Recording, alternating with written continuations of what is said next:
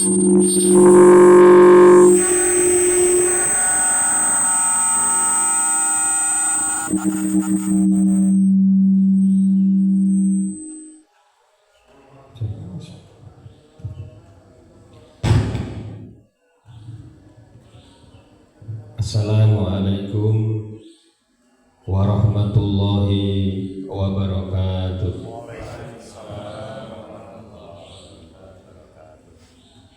Bismillahirrahmanirrahim. Alhamdulillahi rabbil alamin. Alhamdulillahilladzi akramana bil dzikrillah. Walhamdulillahilladzi akramana bikasrati qawli la ilaha illallah alladzi qala fi kitabil karim wa huwa astaqul qailin. A'udzu billahi minasyaitonir rajim. Bismillahirrahmanirrahim. Ya ayyuhal muzammil qumil laila illa qalila. Allahumma salli ala sayyidina Muhammad wa ala alihi wa ashabihi ajmain. Amma ba'd. Al-Mukarram wal Muhtaram Syekhuna Mursiduna Sayyidi Syekh Ahmad Sohib Labadatul Arifin. Assalamu alayka ya waliyallah. Assalamu alayka ya mursidallah. Assalamu alayka ya malikaz zaman. Assalamu alayka abina Sayyidi Syekh Ahmad Sohibul Abadatul Arifin. Tahiyatan minna ilaikum warahmatullah. Al-Fatihah. Bismillahirrahmanirrahim.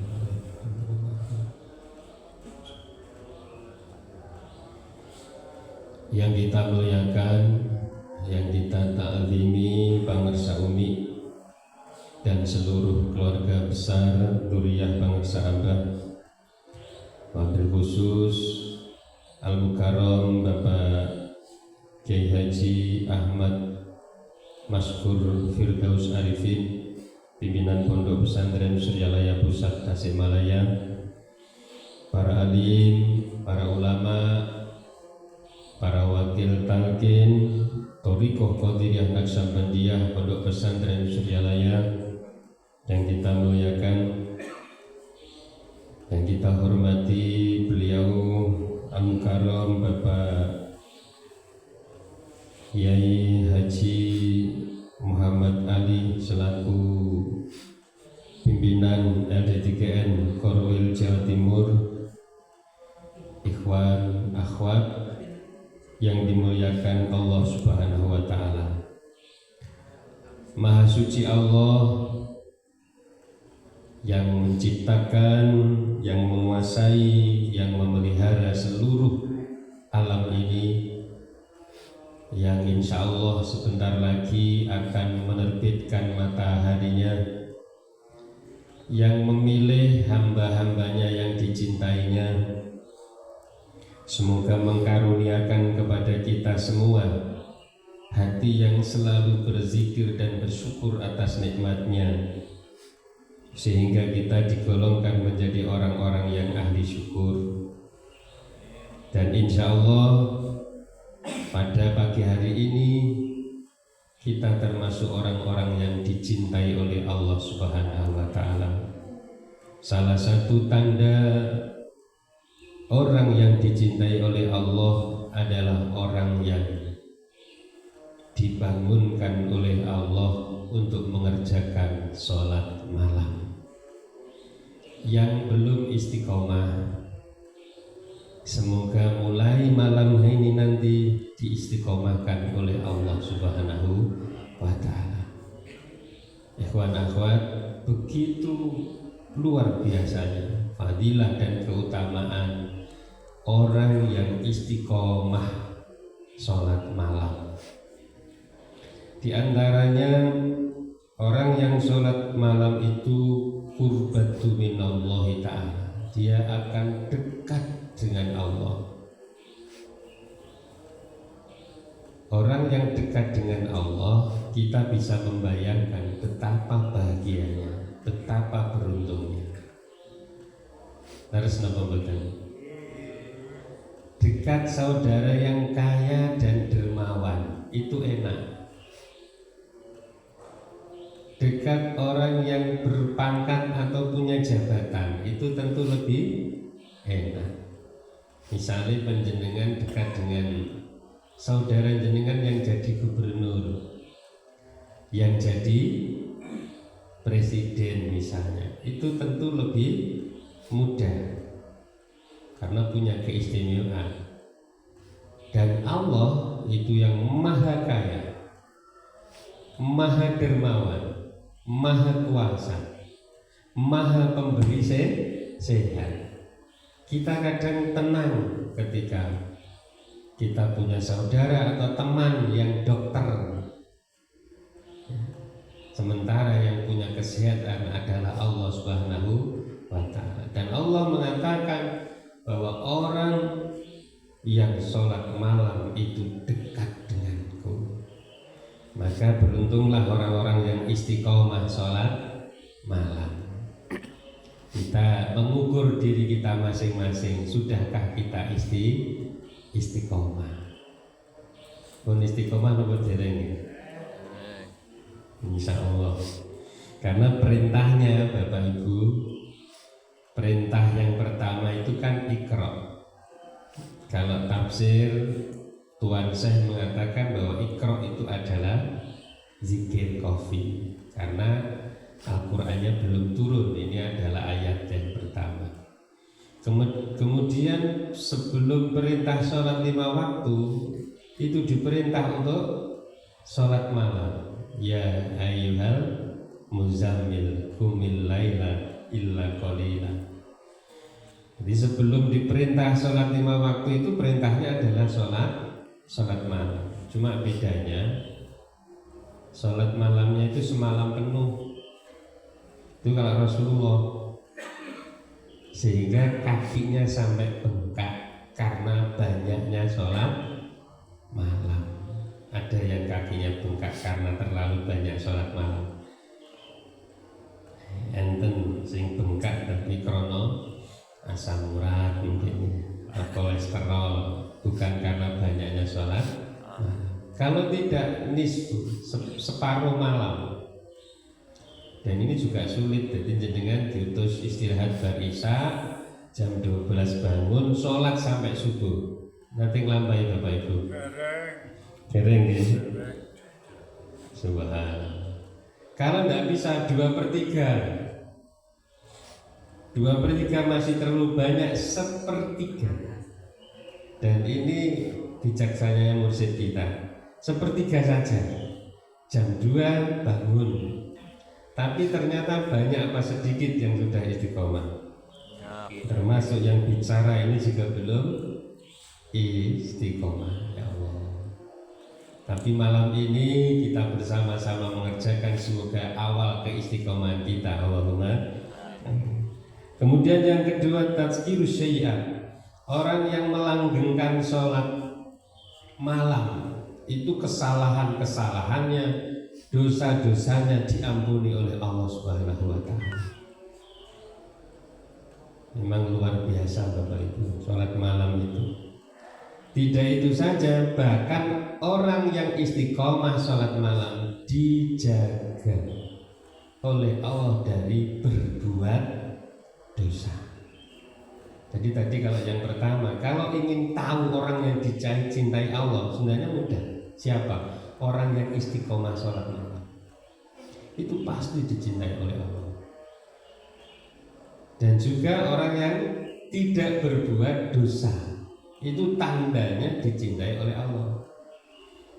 Itu pun juga karena sholat malam. Ketika dia sholat malam, maka dia dijaga oleh Allah sampai tidak berbuat dosa. Kemudian fadilah yang lain diantaranya adalah makrodatul lidah. Sholat malam itu sebagai penyembuh dari segala macam penyakit, baik itu penyakit zahir atau penyakit batin. secara zahir luar biasa. Pangar Sahabah itu salah satu tokoh yang mempunyai metode penyembuhan narkoba. Itu pun sudah penyakit yang sangat luar biasa, dan itu sembuh karena metode diantaranya adalah sholat malam dan penyakit-penyakit yang lain. Maka kalau penjenengan kalau diistiqomahkan sholat malam, jangan khawatir, insya Allah jauh dari penyakit-penyakit, baik yang kita rasakan atau belum kita rasakan, baik yang sifatnya zahir ataupun batin. Maka ketika kita mengetahui hal-hal seperti ini, semoga menjadi semangat kita untuk istiqomah sholat malam. Tapi mohon maaf, di antaranya juga adalah dukhulul jannah bighairi hisab. Di fadilahnya sholat malam itu akan dimasukkan oleh Allah ke dalam surga tanpa dihisab. Ketika semua orang nanti dikumpulkan di pelataran atau di padang mahsyar, kemudian ada pemanggil, pengundang-undang, hai orang-orang yang bangun malam, berdirilah kalian untuk masuk surga. Maka yang berdiri tidak banyak di Quran. Artinya ya memang sudah digambarkan bahwa yang istiqomah sholat malam itu tidak banyak. Maka nek kula jenengan istiqomah, sekali lagi saya ulang bahwa itu adalah tanda dicintai oleh Allah Subhanahu wa Ta'ala. Ya Allah, begitu luar biasanya sholat malam itu. Dan guru mursyid kita mencontohkan, memaklumatkan dan mencontohkan tentang sholat malam ini. Kemudian rumah atau tempat yang digunakan sholat malam, maka matrajatul jin, rumah itu akan dijauhi oleh jin, oleh setan yang mengganggu. Sebaliknya, kalau rumah tidak pernah dipakai untuk sholat malam atau berzikir atau membaca Al-Quran, akan dijadikan sarang jin, akan ibadah males dan sebagainya. Di antaranya lagi fadilah-fadilah sholat malam adalah syaraful mukmin, kemuliaan, kehormatan orang mukmin itu adalah di sholat malam. Karena majelis sholat malam itu majelisnya para aulia Allah. Jadi kalau kula jenengan istiqomah, berarti setiap malam itu bersama bermajelis dengan para aulia Allah, meskipun tempatnya berbeda. Ada yang di sini, ada yang di rumahnya masing-masing. Tapi kalau malam itu adalah majelisnya para aulia Allah. Kemudian diantaranya juga adalah orang yang lazim mudawamah sholat malam, maka dia akan diberikan apa yang menjadi tujuannya dan akan dijauhkan dari apa yang dia takutkan. Maka Allah itu bercanda ya, mengenai hadis. Allah itu bahagia sampai kemekal cara guyon gitu. Saking senenge kalih tiyang sing nek dalu kasure empuk, selimute tebal, istrinya cantik, tapi dia bangun ditinggalkannya itu, kemudian mendirikan sholat. Maka malaikat diberitahu, ditanya oleh Allah, hai malaikat, apa yang dia inginkan sehingga dia meninggalkan tempat yang indah, sesuatu yang nyaman. Ya Allah, orang itu berdiri kemudian sholat, karena menginginkan sesuatu yang ada pada panjenengan. Hanya Allah yang dituju dengan sholat. Dan orang yang sholat malam akan mendapatkan pahala yang sangat luar biasa. Digambarkan pilih Rasulullah Shallallahu Alaihi Wasallam iku dawuhnya itu, orang yang sholat di masjidku, orang yang sholat di Masjid Nabawi itu sama dengan sholat 10.000 kali di tempat lain. Ini gambaran betapa besarnya pahalanya orang yang sholat malam. Orang yang sholat di Masjidil Haram itu sama dengan orang yang sholat 100.000 kali di tempat lain. Kalau jenengan nanti kita membuat sholat sampai 100.000 kali. Cara dihitung pun nanti nomor diri cara dihitung. Ini tapi dihitung ya. Itu satu kali sholat di Masjidil Haram sama dengan itu. Bahkan as-salatu fil ardi ribat, orang yang sholat di bumi perbatasan antara negara Islam dan negara orang kafir yang sedang konflik, itu sama dengan orang yang sholat 2 juta kali. Jadi umpami saat ini tentang Israel Palestina ini, yang tujuannya untuk menjaga supaya daerah atau wilayah Islam ini tidak dimasuki oleh orang-orang. Kemudian sholat di situ, maka sholat di situ itu sama dengan sholat 2 juta kali di tempat lain. Subhanallah. Kata nama betul. Itu dari Kanjeng Nabi.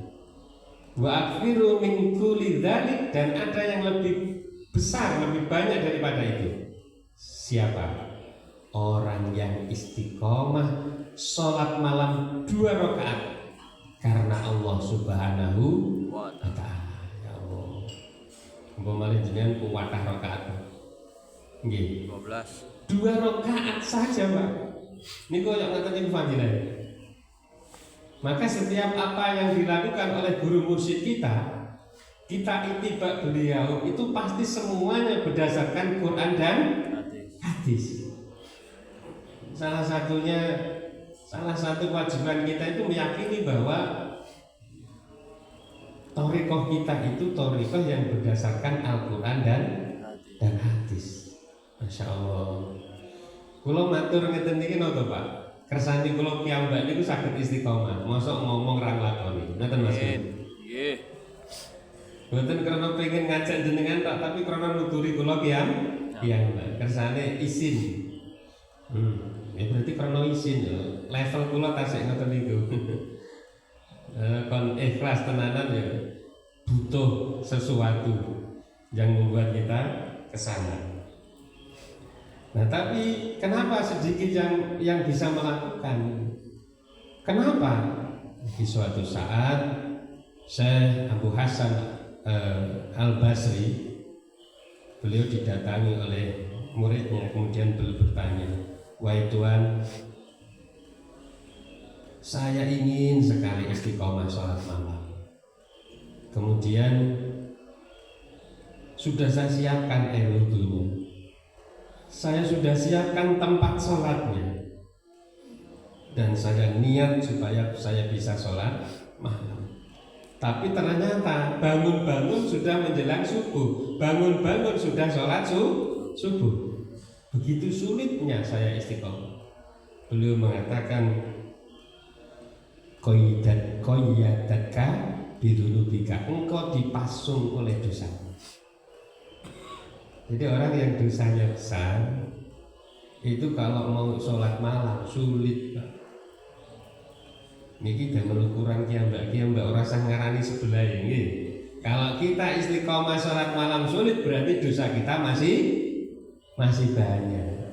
Maka tadi sing ngeten nggih teng ajeng, ya ayyuhal muzammil ngeten niki nek ditafsiri kalih Tuhan saya, muzammil ini bukan selimut coklat bukan selimut lorek-lorek. Mane Kanjeng Nabi kesane kayak wong turunan gitu nggih. Mboten, tapi sesuatu yang menghalangi sehingga itu orang itu nggak bisa sholat malam. Mungkin karena dosa, alasannya wedi, alasannya adem, alasannya renek kancane, banyak alasan sehingga tidak sholat malam. Jadi beliau Syekh Al Hasan Basri mengatakan bahwa salah satu yang membuat kita sulit sholat malam istiqomah itu adalah dosa.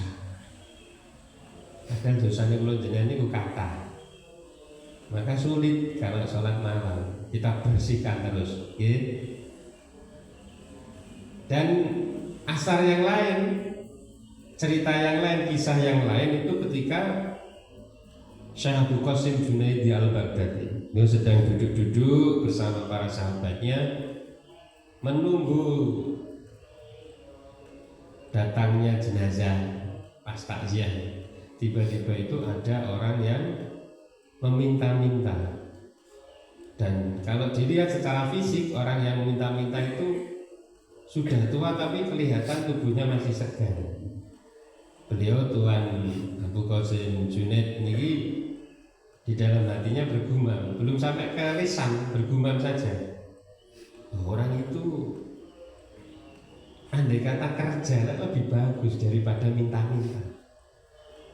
Niku tengah hati Pak, belum sampai dilisankan. Kemudian malamnya beliau ketika mau sholat malam, beliau diserang ngantuk yang sangat luar biasa. Sampai akhirnya beliau itu tertidur. Dan ketika tertidur, kemudian di dalam mimpinya beliau disuruh memakan sesuatu yang ada di depannya.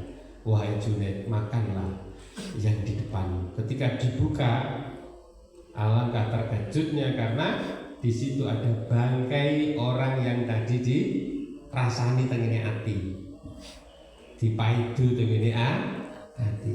Masya Allah. Akhirnya beliau sadar, kemudian mencari dan meminta maaf orang tersebut.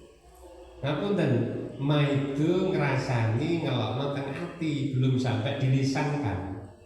Itu sudah berefek seperti itu. Napa malih kula jenengan misale nih, pun sering duwe majelis ghibah. Rasan ra alwi batu syariati kan. Jadi majelis ghibah syariah. Tidak bisa lagi. Makanya ya Allah, sulit kalau masih banyak kotoran dan dosa. Ikhwan akhwat rahimakumullah, kenapa Allah menyuruh kita sholat, Allah menyuruh kita zikir, Allah menyuruh kita puasa, sedekah dan sebagainya. Termasuk guru mursyid kita.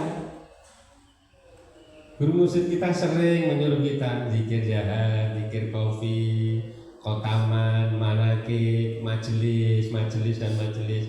Putus sambungkan, lupa ingatkan. Kenapa? Karena guru mursyid kita menginginkan kita itu menjadi orang baik. Kenapa harus menjadi orang baik? Ampun, tentu kita yang hadir atau siapapun pasti pengen mlebu surga, nggih napa mboten? Pengen usul datang kersanipun Allah, nggih napa mboten? Nah, orang yang bisa masuk surga itu syaratnya dadi wong apik, jadi orang yang baik. Kenapa? Karena surga itu hanya mau dimasuki orang yang baik. Jadi kalau jenengan niku sakniki niku dalam rangka napa nggih? Nyetel awake ben dadi wong apik. Engko ben mlebu surga pantes. Dan musuh kepada Allah itu juga ada syaratnya apa? Hati yang suci. Man atallaha biqalbin salim. Nah karena itulah maka guru kita nyuruh. Ngapunten kok nyuruhan kok guru mursyid kita. Itu tandanya sayang. Nggih mboten? Nggih, guru niku nek seneng murid dikongkoni murid. Tiang istri nek seneng kali sing kakung yo ngongkon. Enten leres mboten? Ini kadung cocok mengongkonan. Nah, supaya kula menjadi orang baik, nah, akhirnya Allah niku duwe cara. Kula jenengan diparingi tata tertib, diparingi aturan sing namine Al-Qur'an. Diparingi Al-Qur'an napa kok dadi wong apik? Belum. Masih butuh contoh, teladan. Akhirnya diutuslah Rasul para nabi. Nabi niku cara secara fungsi namine guru. Tapi aja enek guru diarani bingung, malah bingung. Nabi fisika, nabi matematika. Tapi fungsinya nabi niku guru niku para rasul. Kemudian karena beliau ada penerusnya, maka penerusnya adalah mursyid. Alhamdulillah awalnya dipetuk nih. Mursyid yang kamil, mukamil. Apa sudah cukup itu? Belum. Untuk memudahkan guru mursyid menjadikan murid-muridnya baik, Allah cek maringi malih per orang dikasih yang namanya kolbu, hati. Maka dengan hati inilah atas bimbingan guru mursyid yang sumbernya adalah Rasulullah, maka diharapkan semuanya menjadi baik yang tujuannya supaya nanti bisa satu masuk surga, dua wusul dengan sakun Allah Subhanahu wa ta'ala. Ya Allah, mungkin elek mlebu surga niku mboten pantes. Nggih ta? Nggih. Tiange kuru terus dikai sabuk juara tinju kelas dunia mboten pantes, Pak. Kabutan sabuk nggih. Sampah cara dilepeni teng kulkas cocok napa mboten? Mboten dibuat di tempat sampah. Maka yang masuk surga adalah orang-orang yang baik. Tenggene Miftah Sudur niku pangar sampah dawuh.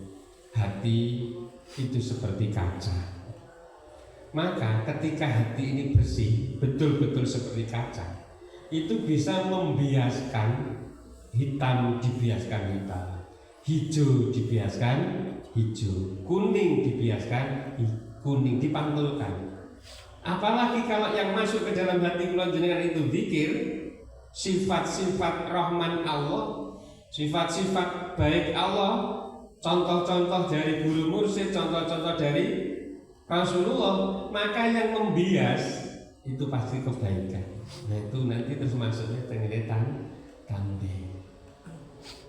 Nek sing cerita, kula nggih ahli zikir, kula nggih pun dangu zikir. Tapi kok cek seneng misuh. Nah, itu kan mboten dereng bias itu. Berarti atine cek kotor. Sebab kaca niku nek reget disenterono nggih saged mantul mboten. Mboten napa malih didamel ngelonan belas mboten ketok. Maka tugas kita adalah terus membersihkan hati. Alat yang sudah diberikan oleh guru mursyid kita. Pun mancing isok ya. Alhamdulillah. Jadi kesimpulannya kita bersyukur kita diistiqomahkan oleh Allah untuk sholat malam. Kita saling berdoa mudah-mudahan kita terus diistiqomahkan Allahumma amin. Meskipun berat dan sulit. Ini berat sulit nopo mboten? Nggih. Nek kula nggih sami napa mulai musim bergiding. Musim kemarau nek incing wadem jujur sakit Pak kalau istimewa dereng sakit. Memalikan siram jam kalih niku jajal 7 dino hari ke-8 pun pilek Mas. Pilek campur adem berges. Ratus nang pun mboten wani. Nembe 7 hari. Terpotong 2 hari lagi. Ya Allah beratnya. Tapi kalau yakin kalau ditolong oleh Allah pasti sakit istiqomah. Allahumma amin. Bi barakati wa karamati musyidina al-Fatihah.